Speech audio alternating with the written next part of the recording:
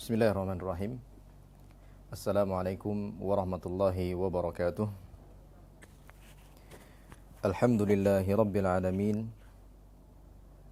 Wabihi nasta'inu ala umurid dunya waddin. Wassalatu wassalamu ala ashrafil anbiya wal mursalin. Wa ala alihi wa ashabihi ajma'in. Wa ala man sara ala nahjihi ila yaumiddin. Allahumma 'allimna ma yanfa'una wanfa'na bima 'allamtana wa zidna 'ilman ya rabbal alamin. Rabbi shrah li sadri wa yassir li amri wahlul 'uqdatam min lisani yafqahu qawli amma ba'd. Fa inna asdaqal hadithi kitabullah wa khairal hadi hadi Muhammadin sallallahu alaihi wasallam wa syarral umuri muhdatsatuha fa inna kulla muhdatsatin bid'ah wa kulla bid'atin dalalah wa kulla dalalatin finnar. Ikhwani fillah rahimani wa rahimakumullah. Mungkin di antara sebagian kita sudah sangat mengetahui dan meyakini bahwasannya Rasulullah sallallahu alaihi wasallam tidaklah mengetahui hal yang gaib. Namun ada satu hikmah yang luar biasa besar yang Allah Subhanahu wa taala inginkan ketika mengkhabarkan kepada kita bahwa Rasulnya Muhammad sallallahu alaihi wasallam tidak mengetahui hal yang gaib.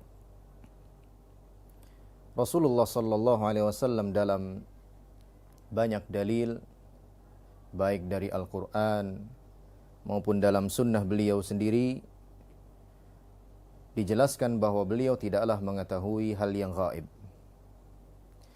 Dan ketika kita pun ikut meyakini bahwa beliau tidak mengetahui hal yang gaib, itu tidak berarti kita tidak menghormati beliau sallallahu alaihi wasallam. Tidak berarti kita merendahkan kedudukan beliau sallallahu alaihi wasallam, tidak demikian. Namun kita hanya meyakini apa yang Allah Subhanahu wa taala dan Rasulnya sampaikan. Ketika Allah Subhanahu wa taala dan Rasulnya menyampaikan bahwa Rasulullah sallallahu alaihi wasallam tidak mengetahui hal yang gaib, maka kita pun menerimanya, mengimaninya dan meyakininya tanpa keraguan sedikit pun. Maka di antara dalil-dalil yang menjelaskan bahwa Nabi sallallahu alaihi wasallam tidak mengetahui hal yang gaib adalah firman Allah Subhanahu wa taala dalam suratul Naml ayat 65. Allah Subhanahu wa taala berfirman, "Qul la ya'lamu man fis samawati wal ardil ghaiba illa Allah." Katakanlah wahai Muhammad sallallahu alaihi wasallam, tidak ada yang di langit dan tidak ada yang di bumi yang dapat mengetahui hal yang gaib kecuali hanya Allah saja. Semua yang ada di langit, makhluk-makhluk yang ada di langit, para malaikat, begitu pula semua makhluk yang ada di bumi ini, termasuk para utusan Allah, tidak ada satupun yang mengetahui hal yang gaib. Yang tahu hanya Allah Subhanahu wa taala saja. Begitu juga firman Allah Subhanahu wa taala, lagi-lagi Allah memerintahkan nabinya untuk menyampaikan kepada umatnya kita semua bahwa beliau tidak mengetahui hal yang gaib. Allah berfirman dalam suratul A'raf ayat 188. Qul la amliku li nafsi naf'a wa la dharra illa ma syaa Allah. Katakanlah wahai Muhammad sallallahu alaihi wasallam kepada umatmu, aku tidak memiliki kuasa untuk memberikan manfaat ataupun mudarat kepada diriku sendiri kecuali hal yang Allah kehendaki. Kemudian lanjutan ayat ini Allah Subhanahu wa taala mengatakan, "Walau kuntu a'lamul ghaiba lastakthartu minal khair wa ma massaniyas su." Seandainya aku mengetahui hal yang gaib, pasti aku akan banyak melakukan kebaikan dan aku tidak akan tersentuh dengan berbagai macam keburukan.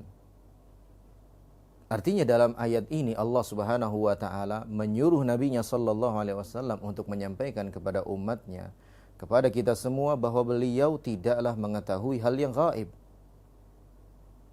Ini di antara dalil yang Allah Subhanahu wa taala sebutkan dalam beberapa ayat dalam kitabnya. Adapun dalam hadis Nabi sallallahu alaihi wasallam yang menjelaskan bahwa beliau sallallahu alaihi wasallam tidaklah mengetahui hal yang gaib sangat banyak. Di antaranya saat beliau ditanya oleh malaikat Jibril alaihi salam saat mengubah wujudnya menjadi sosok manusia, bertanya tentang apa itu Islam, apa itu iman, apa itu ihsan, sampai akhirnya pada kesempatan yang keempat malaikat Jibril bertanya kepada Nabi sallallahu alaihi wasallam kapan terjadinya hari kiamat. Maka apa jawab Nabi sallallahu alaihi wasallam? Mal mas'ulu anha bi'a'lama minas sa'il. Tidaklah yang ditanya lebih mengetahui daripada yang bertanya. Artinya saya dan kamu sama-sama tidak tahu kapan terjadinya hari kiamat.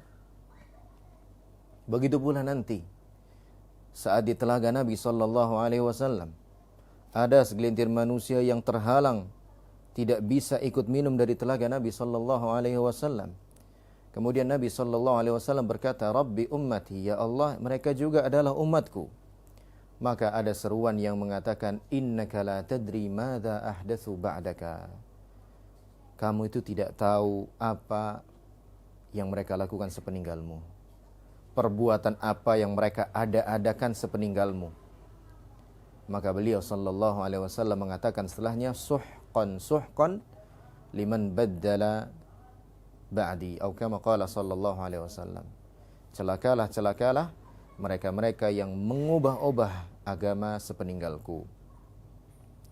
Saat hilangnya kalung milik Aisyah radhiyallahu taala anha saat beliau menemani Nabi sallallahu alaihi wasallam dalam safarnya, beliau sallallahu alaihi wasallam pergi mencarinya bersama para sahabat hingga kelelahan. Sampai akhirnya datang waktu fajar, mereka harus melaksanakan salat namun tidak ada air untuk berwudu, hingga Allah turunkan ayat tayammum kepada mereka. Bertayammumlah mereka dengan debu yang ada di tempat itu. Dan ternyata kalung yang mereka cari semalaman penuh ada di bawah unta yang menindihnya. Kalaulah Nabi sallallahu alaihi wasallam tahu, Nabi tidak perlu cari-cari capek-capek bersama para sahabat sampai pagi mencari kalung Aisyah radhiyallahu taala anha. Tinggal perintahkan sahabat itu kalung ada di bawah, unta tertindih di bawahnya. Tapi Nabi tidak lakukan karena apa? Memang beliau tidak mengetahui hal yang gaib. Begitu pula wafatnya paman beliau Hamzah dalam perang Uhud. Kalaulah Nabi sallallahu alaihi wasallam tahu paman beliau akan gugur dalam perang Uhud tersebut, pastilah beliau tidak akan berperang melawan kaum musyrikin dalam perang itu. Lebih-lebih dalam perang itu kaum muslimin mengalami kekalahan. Namun lagi-lagi karena beliau tidak mengetahui hal yang gaib dan masa depan, termasuk hal yang gaib, beliau tetap berangkat sebagai bentuk ikhtiar layaknya seorang manusia biasa. Dan masih banyak contoh-contoh yang menjelaskan bahwasannya Nabi sallallahu alaihi wasallam tidak mengetahui hal yang gaib. Dan sekali lagi, satu hal yang harus kita yakini bersama dan fahami dengan baik adalah saat kita mengatakan dan meyakini beliau sallallahu alaihi wasallam tidak mengetahui hal yang gaib, itu tidak berarti kita jadi tidak menghormati beliau. Itu tidak berarti kita jadi tidak memuliakan beliau sallallahu alaihi wasallam. Kita tetap menghormati beliau dan itu harus. Dan kita tetap memuliakan beliau sallallahu alaihi wasallam dan itu harus. Hanya saja kita meyakini apa yang dikhabarkan oleh Allah Subhanahu wa taala dan beliau sendiri bahwa beliau tidaklah mengetahui hal yang gaib. Alimul ghaibi fala yuzhiru ala ghaibihi ahada illa man irtadha mir rasul. Allah Subhanahu wa taala berfirman dalam surah Jin, Allah lah zat yang mengetahui hal yang gaib dan Allah tidak menampakkan hal yang gaib itu kepada seseorang pun kecuali kepada seorang rasul yang Allah ridhoi, yang Allah pilih. Al-Imam Al-Qurtubi rahimahullahu taala mengatakan dalam ayat ini ada 3 hal yang Allah Subhanahu wa taala sebutkan, jelaskan kapan Allah akan menjadikan hal gaib itu tampak bagi seseorang, tampak bagi seorang manusia. Yang pertama, saat Allah menunjukkannya. Artinya kalau tidak ditunjukkan oleh Allah Subhanahu wa taala, manusia manapun tidak akan bisa mengetahui hal yang gaib. Hatta Nabi kita Muhammad sallallahu alaihi wasallam, Allah Subhanahu wa taala tunjukkan beberapa hal yang gaib. Artinya tidak dengan sendirinya beliau tahu, tidak. Itu karena Allah yang menunjukkannya, Allah yang menampakkannya, itu hal yang pertama. Hal yang kedua, orang itu adalah seorang utusan Allah. Illa man irtada mir rasul. Seorang utusan Allah. Maka kalau ada seorang manusia biasa, dia bukan utusan Allah, dan kita yakin tidak ada utusan Allah pasca wafatnya beliau SAW, bahkan semasa hidup beliau SAW, yakinlah orang itu pembual besar, pendusta besar. Para peramal, para dukun yang biasa muncul jelang pergantian tahun, yakinilah mereka pembohong besar. Itu yang kedua. Dan yang ketiga, Rasul itu pun Allah pilih. Perkaranya pun Allah pilih, tidak semua Rasul dan tidak semua perkara. Nabi Musa alaihissalam adalah seorang utusan Allah. Tapi dalam kisah beliau yang masyhur dengan Khidr, kita tahu ada 3 hal yang tidak diketahui oleh Nabi Musa alaihissalam, padahal Nabi Musa adalah seorang utusan Allah. Artinya, dia harus seorang utusan Allah dan dia dipilih oleh Allah Subhanahu wa taala. Dan perkaranya pun tidak sembarang perkara. Maka ini juga sekaligus menjadi jawaban bagi sebagian orang yang masih bersikeras, masih memaksa meyakini bahwa Nabi SAW mengetahui hal yang gaib. Nah, kita kembali ke awal pembicaraan kita tadi tentang hikmah besar. Ketika Allah Subhanahu wa taala menjelaskan kepada kita bahwa Nabi tidak mengetahui hal yang gaib, adalah salah satu hikmahnya adalah bahwa Nabi Muhammad sallallahu alaihi wasallam saja tidak tahu hal yang gaib, apalagi manusia selain beliau yang secara kedekatan dengan Allah jauh dibandingkan Nabi Muhammad SAW. Secara ketakwaan jauh, tidak ada yang menyamai Nabi SAW. Tentu lebih tidak tahu lagi tentang hal yang gaib. Maka para pemirsa rahimani wa rahimakumullah, tidak perlu ragu dan mantaplah untuk meyakini bahwa orang-orang yang mengklaim dirinya mengetahui perkara yang akan datang, mengetahui benda yang hilang dengan terawangannya dan lain sebagainya, yakinilah dia seorang pembohong besar. Berdasarkan ayat-ayat dan hadis-hadis yang tadi sudah kita kemukakan, bahwa Nabi Muhammad SAW tidak mengetahui hal yang gaib, apalagi selain beliau SAW yang kedudukannya jelas jauh di bawah beliau SAW.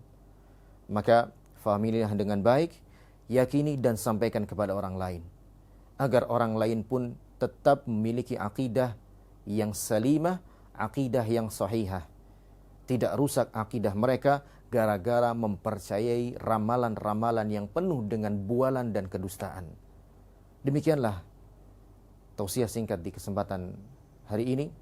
Mudah-mudahan bermanfaat bagi kita semua, dan mudah-mudahan Allah Subhanahu wa taala menjaga bersih dan lurusnya akidah kita hingga nanti kita berjumpa dengan Allah Subhanahu wa taala dalam surganya nanti.